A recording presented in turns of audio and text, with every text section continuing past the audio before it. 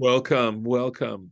Baruch atah Adonai Eloheinu melech haolam asher kitshanu b'mitzvotav v'tzivanu la'asok b'divrei Torah. So right off the bat, Golda, I think I had mentioned in a previous shiur, a previous lesson, that we had read about Hagar, and we had not. We had not. I knew. Yeah, I wasn't gonna tell you anything oh, at this you were point, but welcome to anyway. Yeah, okay. I. That's okay. You had something set in your mind, and sometimes it's just easier just to let it go. And then yesterday, Figured you'd figure it out. I'm I wasn't gonna, struggling to huh? remember. Yesterday, I was struggling to remember the year in which the second temple was destroyed, which was the year 70 of this era. Hmm. And I couldn't think of it. I could not You know think. what? It's too much. It's just too much stuff in your brain. The hard drive is Uh, getting full. Okay, yes, well and the let's paths are getting old. Rabbi, you can get an external drive from Best Buy or Yeah, if we could, that would be so well, sweet. excuse me, but maybe you guys are my external drive in every sense of that word Mhm. drive. Gotcha. By the way, Gold and Gerard have replaced you and Bill Solomon for our trivia table. Uh, Unless you want to come into town. it's a very, very sweet offer. All right, We're full up. yeah, okay. Yeah. There we go. All right. So we are still reading this section about the Brit Bein Habatarim, the covenant of the pieces. And we have some very dramatic stuff that's coming up now. Vayhi Hashemesh Ba'a, right? And the sun was setting or had set. The sun had set. Yes, the sun had set. V'alata haya, and there was darkness. There was darkness. The hine, and behold, I guess is how that's translated. Or it came to pass, or something like that. Rashi, I think, will communicate about that. Tanur Ashan, a oven of smoke, a smoky oven, the lapid esh, and a torch of fire, asher avar, which passed bein hagzarim ha'ela, between these pieces. So we had mentioned that this symbolized the divine presence making this covenant, that this covenant was being made between Abram and God. That's the point of this. So let's take a look at this. Vayhi Hashemesh, right. As I was preparing this, I really liked the translation of Vayhi as, and so it was, right? And so it was. I really liked that. But anyway, Vayhi Hashemesh Ba, and so it was that the sun had set, etc. And he gives examples of this Vayhi, right? And so it was. Kamor, and he gives Genesis chapter 42, Vayhi Hem Merikim Sakehem, right? And so it was, that's how I'm translating it, as they were emptying their sacks. Remember, the brothers had left Egypt, and Joseph had told his servant to put their money back in their sacks, etc., right? Here it says the reason they're doing this is that the gender doesn't agree, that Shemesh and Vayahi, that Shemesh is feminine and Vayahi Yes. is masculine. Mm. So they're giving examples of that specifically. Lauren, that's very helpful. Thank you. Yeah, And because otherwise it should be Vatehi, right? But what's interesting here is the Vaihi, Haim, Merikim. Haim is the brothers, so that's masculine, and Ba'a is feminine. So yeah, go ahead. But Vayahi's plural. singular too, isn't it? Yeah. Yes, It's yes, Vayu or yes, that's right. Yes. So I think this is all helpful. Thank you for contributing that. Let me just think if there was another point. Yeah, I mean, because Vatahi would be feminine, Vayhi, and so it was. But here it's masculine, right? Or maybe you're right.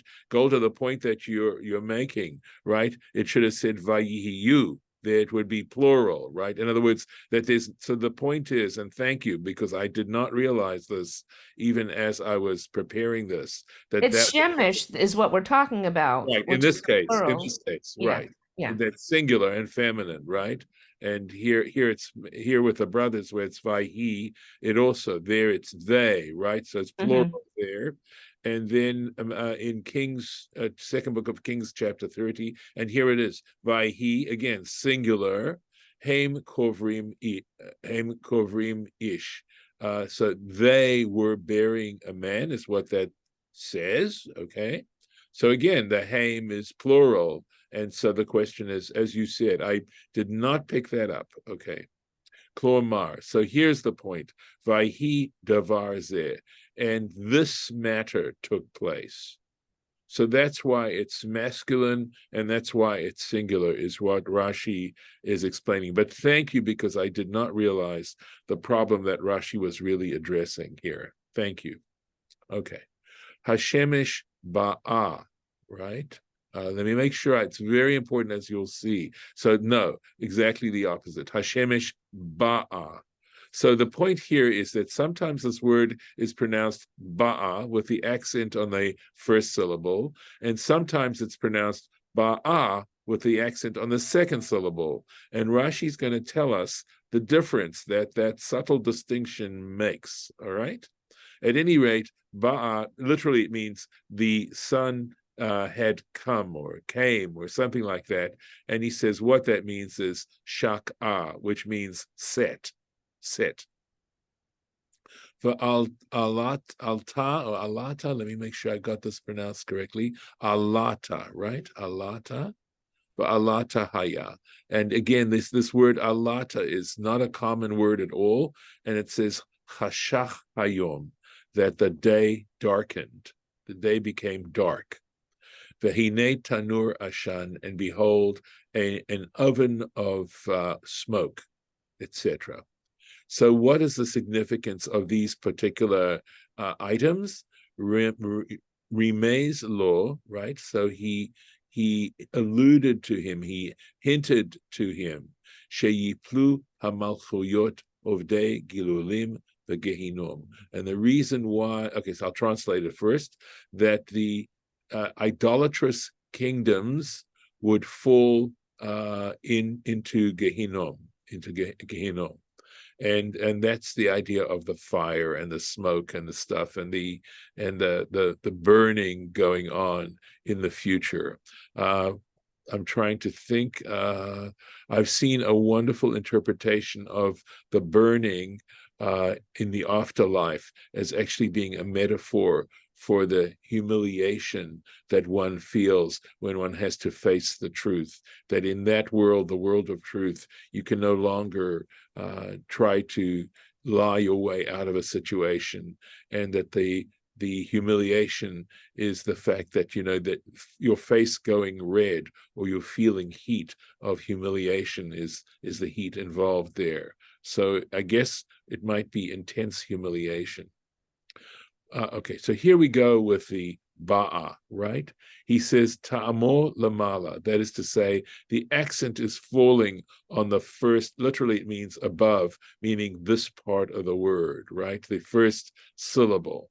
Lechach hu mevu'ar, and for that reason, we have to explain it, sheba kfar.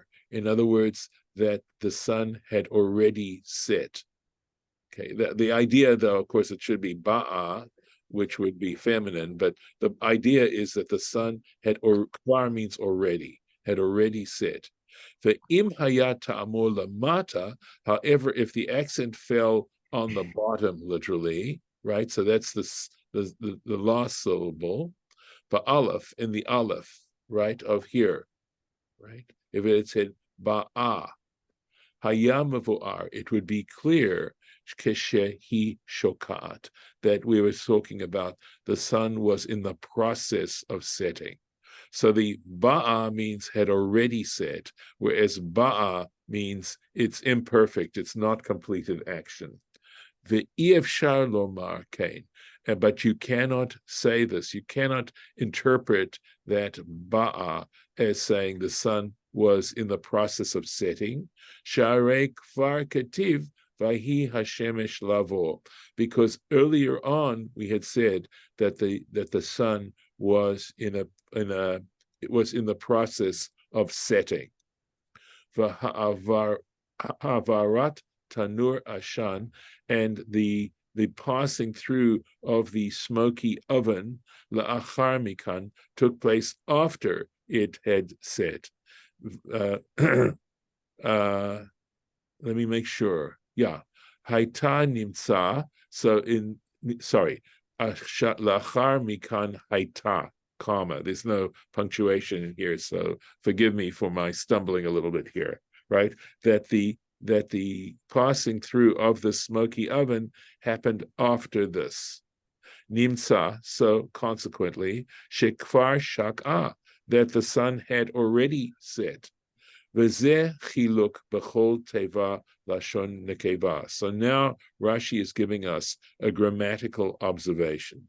He says this is the distinction in which occurs in every word where it's feminine, sheyesuda shtei otiot, whose root is two letters. Kamo, and he gives examples of roots of verbs that have two letters: ba, to come to arise, shav, which means to return here. Keshehatam lamala, when the accent falls on the first syllable, lashon avarhu. Okay, in that case, it is in the perfect tense, meaning past tense. It's completed action is what it's talking about. Kagon ze, like this example we just gave, ukagon v'rachel ba'a, and it says, and Rachel came, right, or had come, had arrived. Kama alumati, my sheaf had arisen, had stood up, arose, had arisen. Hine shava yevemtech. So it says, this is where Naomi's saying to Ruth, your sister-in-law has already returned, has already gone back. First chapter of Ruth. Ukeshatam lamata, but when the accent falls on the last syllable, hu lashon hoveh. In other words, now we sometimes translate hoveh as present tense, but the point is it's not completed action. It's incomplete action. Davar shene'esa achshav, something that's taking place now. The holech, right, and continuous, right? It's continuing to happen. Kamo ba'a im hatzon. This is again referring to Rachel, which she was arriving with the sheep. Ba'erev hi ba'a. So in the evening she would arrive. Was in the uva boker hi shava, right? This is an Esther, which we're referring. Yeah. So in other words, in the evening, the woman that he had picked, had selected, would come, and in the morning she would return. Okay, the process. Okay. So a little bit of every so often, as we know, Rashi will give us some grammatical information. All right. Bayomahu, on that day, Karat Hashem et Avram Brit Lemor. The Hashem established with Abraham a covenant, saying, quote, right? The Zar Acha, to your seed, Natati et haaretz hazot. So I have given, this is interesting, right? Because this sounds like it's completed action. I have given this land. Minahar Mitzrayim, from the river of Egypt, ad Hanahar Hagadol, up to the great river Nahar Prat, the Euphrates. So that area is what's referred to here. So, Lazar Acha, he says, to your seed I have given it. Amirato. So Rashi is is taking up the fact that this is past tense, and this land has not yet, it hasn't been given yet, but it's past tense, it's completed. And he makes the point, Amirato shel HaKadosh Baruch Hu, that when God says something, when he makes a statement, Ki'ilu hi asuya, it's as if it's already done. That when God makes these kind of promises, it's as true and valid as if it's already completed, already happened. Ad Hanahar Hagadol, Nahar Prat, up until the great river, the river Euphrates. Lefi Shehu Davuk LeEretz Yisrael, because this river is attached to the land of Israel. Korahu Gadol, or Korehu Gadol, it's referred to as great. In other words, its greatness is not the size of the river, but its location in that it's a border of the land of Israel. Afalpi Shehu Me'uchar Ba'arba'a Naharot, and even though this particular river is mentioned last of the 4 rivers Hayotzim Me'eden that emerge from Eden. Shine'emar, because it says V'ha'arevi'i hu Prat. It says the 4th river is Prat. So assuming that it's in order of size or magnitude or importance, you would think that, well, if it's magnitude, then Prat would be the smallest of them all. And he says, so why is it being called the great river? What's great about this river? Mashal Hediot, it follows a common saying, Eved Melech Melech, that the servant of a king is a king. That when you serve a king, you become, in a sense, a king. Another example, Hadbek la Shachvar, attach yourself to the captain, Vayishtachavu lecha, and they will bow down to you.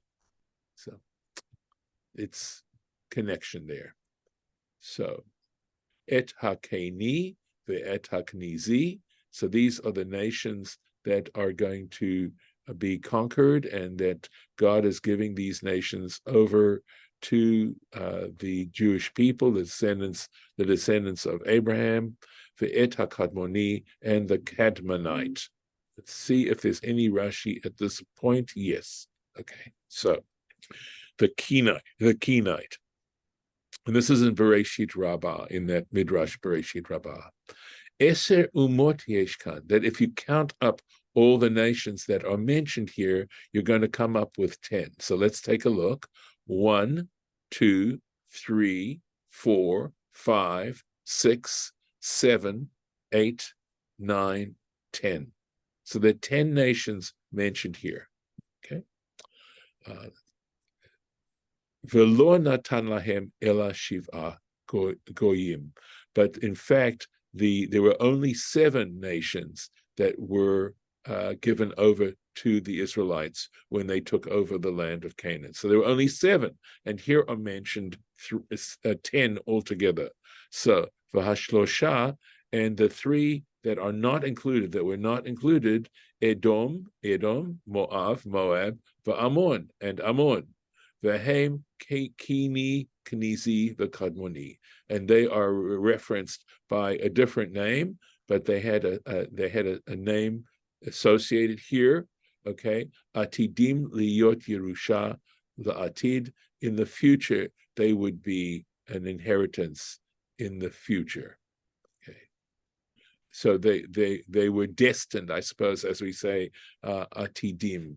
They were destined to be an inheritance in the future. Shinemar, as it states, Edom u'Moav mishloach yadam. So they will overpower Edom and Moav. Or uvnei Ammon mishmash ma'atam, and the children of Ammon will obey them. And this is a prophecy in Isaiah chapter 11. Okay, so going on with these other nations, right? Ve'et HaChiti, the Hittite, ve'et HaPrizi, the Perizzite, ve'et HaRephaim, and the Rephaim. Let's see if we've got a Rashi on the Rephaim, right there, the Rephaim. Eretz Og, this is the land of Og, Remember, Og was considered a giant, shene'emar ba, with regarding which it says in Deuteronomy 3, Hahu, I'm going to guess, is it Yikare or yeah, it must be. It is called, because it's passive voice, it is called the land of Rephaim. And Rephaim also was a reference to giants, Finishing up the sentence here, Ve'et ha'Emori, the Amorite, Ve'et ha'Knaani, the Canaanite, Ve'et ha'Girgashi, the Girgashite, Ve'et ha'Yevusi, and the Jebusite. So that's the end of this particular chapter. And of course, it's the basis on which the Jewish people have a relationship to the land of Israel. And of course, historically, the Jewish people lived there and have actually been a presence there ever since they were there, because even after the destruction of the Second Temple, there were still a few Jews living in that area, or Judeans, I suppose we would call them at the time. So we have, remember, the context is that this all started out with Abraham basically saying that what would be his reward and how could he have it, etc., and that he had no child of his own, right? He didn't have any child. So, and then we have all these promises of how his seed is going to be numerous, etc., etc., and they're going to possess this land, this territory. For Sarai, So, go ahead, please. I'm just saying, at this point, Ishmael had not been born. Correct. Ishmael had not been born, and that's interesting, right? And it's also interesting that the seed of Abraham doesn't include all the seed of Abraham, but I mean, the three Abrahamic faiths all consider themselves to be children of Abraham. And in fact, scripturally and theologically, they view the promise differently, but in my opinion, it would be good if we all had a more open and sharing and hospitable attitude towards the land. I agree. Lauren, I couldn't agree more. I agree. And what's coming out here, on a sense, is that it would appear that there's some, at least at this stage of things, maybe we're going to read a little later on, because it does talk about Abram sending these people off, okay? But nevertheless, they're part of a family. And of course, what's happening now is this family is destroying each other. And it's just tragic. It is. I mean, I understand the feeling of being defensive and angry and traumatized and digging in and, us versus them and all of that. I understand it. I understand, a lot of where it comes from. But on the other hand, I also understand that attitude doesn't have to happen in response to trauma, that there are things that you can do to overcome that attitude and have a more attitude of peace and fraternity. Right. I agree. And you can either see the Torah as actually promoting that, or you can use the Torah as an excuse to dig in further. And I think it's tragic because, again, where does the Torah start? It starts with saying that human beings were created in the divine image. And it doesn't say only Jews were created in the divine image, only Muslims were created in the divine image, it doesn't. It says human beings. Well, it kind of like when it's, it's hard for me to tell if these, listing these nations here is partly intentionally excluding some of the seed of Abraham, like such as Edom. Okay, no, this is not. Yeah, you're right. I mean, Edom, that would be, and that's only in the future, right? It's not now, not at least even according to the Rashi, it is not. I mean, that is a rabbinic interpretation. What exactly that's going to be in the future is interesting. The truth is that, again, something that I feel Genesis really brings out is that character is more important than blood. That how we behave is the most important thing. And if we act as loving and generous, and that's more important than our blood, how we were descended, etc. So And people think they're being loving when they're loving their own kind so yeah, much that they really, see the other people as needing to be vanquished. yeah, right. But at least within this context, it would appear that these nations, these 7 nations, and this point is made, and it is a universal, it's a universally applicable point, which is that we're going to see references to saying that these people, in fact, we already had one which said, the sin of the Amorite is not yet complete, that there is a point at which divine justice is going to, manifest itself.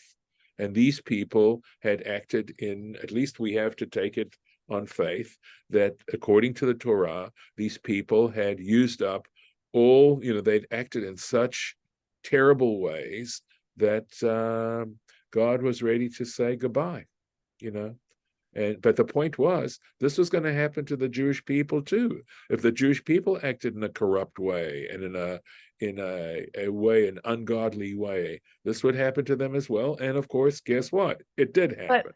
But supposedly then if there's 36 righteous people, it won't be completely destroyed. And in every group of people, it's not, there's no inherently evil people where every person is born and remains evil. It's So just not natural. that it isn't something that you and I could, sort of deny. On the other hand, we have the stories of the 5 cities of Sodom, Gomorrah, Admah, and Zeboim, and Zoar, and Abram's trying to find, at least 2 righteous people in each one of those cities, and they can't do. Children don't count. Sadly, they don't. Children don't count in this case because they don't really have a choice in this. Well, see, this is, what we were talking about before, how Torah is almost anything that I would consider evil can be justified by somebody looking at scripture. Yeah. And, it bothers the heck out of me. And I mean, it kind of increases my interest in Torah study, not decreases it, but I can understand why people give up on religion and consider it hateful because it's just so easy to justify things like enslavement and genocide and us versus them attitudes and I agree. draconian punishments and collective guilt and all that. Right. But there's so much to this. And of course, there's also the oral Torah, some of which is, incredibly progressive for the time and basically has all kinds of protections against capital punishment. It's a problem when one makes up one's mind over something or judges something without having all the information, needed, and to try and contextualize things in a way that doesn't justify, things that are cruel, etc., etc. But you're dealing with humanity and difficult texts, and to put them together and expect everybody to be able to contextualize, it's built into it that people are driven away. Well, it's that Their inability to contextualize at the very. I think, though, I would have to say that that's something under our own control. In other words, I would sort of accept this as part of trying to think of the right word. I never can think of it. It's a Buddhist concept of detachment, that the realization that there's the facts, there's the phenomena, and then there's how I choose to react to the phenomena. Well, I can't change the phenomena, or at least my ability to change the phenomena is very, very limited. But my ability to change how I react to the phenomena is something that I can develop. And you and I are trying to develop that, but exactly. I'm talking about humanity, and there's a lot of limitations to a lot of people. And not everybody even understands that concept, much less understands how to be on a path to develop that or has access to that path. I mean, it may be ruby slippers that if everybody understood that they had them on and could use them, but they don't. They don't understand. Yeah, so I guess, and we'll have to stop in a second, to what degree is there something within all of us that recognizes this to some extent? Or if we allow our emotions to totally control our behavior, to what degree? And you're right. I mean, I'm not trying to actually argue with you over this. It is complicated, but either we are responsible, and we are responsible for our behavior, and we are responsible for our attitudes, etc. And yes, I like to say an explanation isn't an excuse. Okay, so I'm with you. I can understand why people can feel hurt or angry or whatever. Okay, but it's not an excuse for that behavior. And somehow coming down to being mindful is very important. But again, I hear what you're saying, and that is, where training is so important. It becomes really important for the society. So we're going to have to stop here, and I know I haven't, this is hardly a great place to stop, but nevertheless, I am going to have to. So I could wish Shabbat Shalom to people, and I'm definitely worth thinking this through. Oh, sorry. 1 second here.